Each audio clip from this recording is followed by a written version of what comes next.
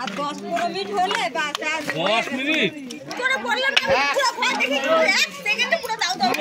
করেছে ভগবান করেছে শিব করেছে আমরা তো সেটাই ছেলেগুলোকে অনেক